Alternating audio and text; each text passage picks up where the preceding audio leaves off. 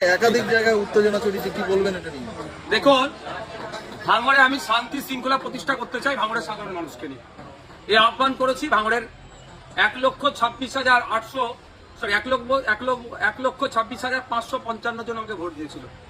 তার বাইরে যারা অনেকে ভোট দিয়েছে আমাকে ছাড়া অন্যদের, প্রত্যেকের আমি এখন অভিভাবক তথা বিধায়ক। ভাঙড়ে শান্তি প্রতিষ্ঠা করার দায়িত্ব হচ্ছে আমাদের প্রত্যেকে। এখন খবর পাচ্ছি আইএসএফ এর নাম করে কিছু মানুষজন ব্যক্তিগত স্বার্থ চরিতার্থের চেষ্টা করছে। আজকে আমার এখানে আসার কথা ছিল না, কিন্তু আমাকে তড়িঘড়ি আমার অন্য প্রোগ্রাম কাট করে এখানে আসতে হয়েছে। আমি আপনাদের ভিডিও ফুটেজও দিয়ে দেবো, খুব তাড়াতাড়ি এখনই দিচ্ছি, যে আমি আমার 13টা অঞ্চল নেতৃত্বদের নিয়ে আমি মিটিংয়ে বসেছিলাম। দীর্ঘক্ষণ ধরে মিটিং করেছি, তাদেরকে কড়া নির্দেশনা দিয়েছি আমি, যে তাদেরকে দেখতে হবে। তারা এটা বলেছে যে তাদের অজান্তি কিছু অসাধু মানুষ আইএসএফ সেজে এই ধরনের অত্যাচার সাধারণ মানুষকে করেছে, যারা তৃণমূলের। বা এটা হয়েছে পারিবারিক অশান্তি হয়েছে, এখন সে আইএসএফ সেজে গিয়ে তার অন্যজনকে মারধর করেছে। আইএসএফ এর নামে দোষ আসছে, এটা মিথ্যা, মানে এটা আইএসএফ কে বুমেরাং করা হচ্ছে। বা এটাও ঘটনা ঘটেছে, আইএসএফ তৃণমূল করতো, ক্ষমতা দেখিয়ে জমি দখল করে রেখেছিল। এখন রাতারাতি সেই লোকটাই যার জমি গিয়েছিল সেও তৃণমূল করতো, কিন্তু এখন সে রাতারাতি আইএসএফ সেজে ওই জমিটা উদ্ধার করতে যাচ্ছে, ফলে একটা ট্যাসেল হচ্ছে, সে আইএসএফ নাকি জমি দখল করতে যাচ্ছে। এই ধরনের একটা অপপ্রচার চলছে। আমি দায়িত্বহীন ভাষায় বলছি, আমি ভাঙড়ের ভোটারদের ভোটে নির্বাচিত হয়েছি আইএসএফ এর কর্মী সমর্থক বামেদের সহযোগিতা নিয়ে। আমি এখন প্রত্যেকটা ভাঙড়বাসীর এমএলএ, সুতরাং প্রত্যেকটা ভাঙড়বাসী যাতে শান্তির সাথে থাকতে পারে, শান্তি শৃঙ্খলার সাথে আমরা চলাফেরা করতে পারি, সেটা দায়িত্ব আমার আপনাদের বর্তায়। তাই আপনাদের বলবো, আপনাদের মাধ্যমে সাধারণ মানুষের কাছে, কারো পারিবারিক হোক বা সামাজিক হোক কোনো অশান্তি যদি হয়, যদি আইএসএফ এর কোনো নেতৃত্ব যুক্ত থাকে, সরাসরি আমাদেরকে জানাতে পারেন, তার বিরুদ্ধে কি ব্যবস্থা নিয়ে আপনারা দেখবেন। আজকে আমি যতক্ষণ পর্যন্ত ঘুমাচ্ছিলাম, তারপরে ঘুম ভাঙার পরেই ভাঙড়ের একাধিক মানুষজন আমাকে, অনেক সাংবাদিক বন্ধুরা ফোন করেছিল সে বিষয়টা নিয়ে।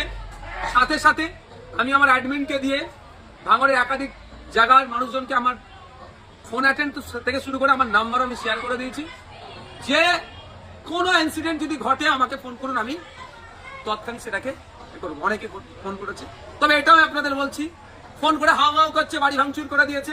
আমি বলছি একটা বাড়ি ভাঙার ছবি আমাদের অন্তত পাঠান, আর কে ভেঙেছে।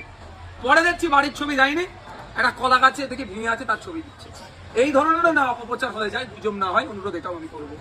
ভাঙড়কে শান্তিতে রাখা, ভাঙড়ের সম্মান রক্ষার দায়িত্ব প্রত্যেকেরই, তাই প্রত্যেককে আমাদের এগিয়ে আসতে হবে।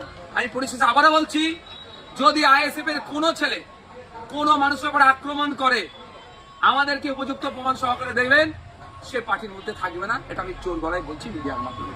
আমি ভাঙড়ে হিংসা করতে চাই না, ভাঙড়ে শান্তি প্রতিষ্ঠা করতে চাই।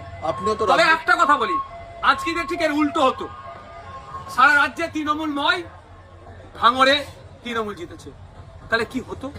এতক্ষণ 20-50টা লাশ আইএসএফ এর ছেলেদের ফেলে দিত, কিন্তু আমাদের আইএসএফ এর ছেলেরা যথেষ্ট সংযত, ওই হিংসা করেনি। গতবারে নির্বাচনে 2021-এ আপনারাই দেখিয়েছেন পোস্টপল ভায়োলেন্স কি হয়েছে।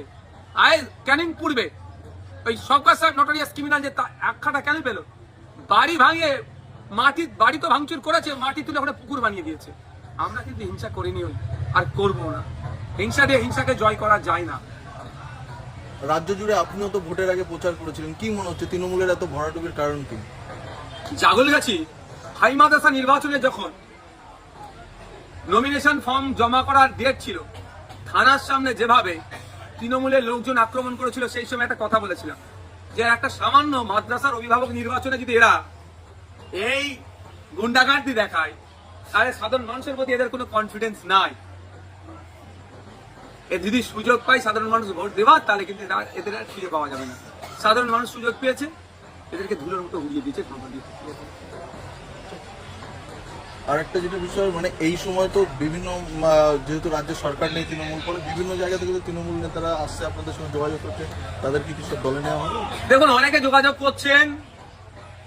আমি এতটুকু কথা বলতে পারি যে আমরা দলে নেওয়ার ক্ষেত্রে বিবেচনা করব তার ব্যক্তিত্ব, তার পাস্ট রেকর্ড, কতটা কি করেছেন, দুর্নীতি যুক্ত না দুর্নীতি মুক্ত, এইসবগুলো বিবেচনা করে অবশ্যই আমরা, যারা যদি আইএসএফ এর আদর্শ মেনে আইএসএফ এর ছায়াতলে থেকে হিংসা মুক্ত সমাজ ব্যবস্থা গড়ার যে আমাদের লক্ষ্য, সেই সমাজ ব্যবস্থা গড়তে যদি আইএসএফ পরিবারে আসতে চাই, নিশ্চিতভাবে এটুকু বলে রাখি পজিটিভ আমার দিক থাকছে।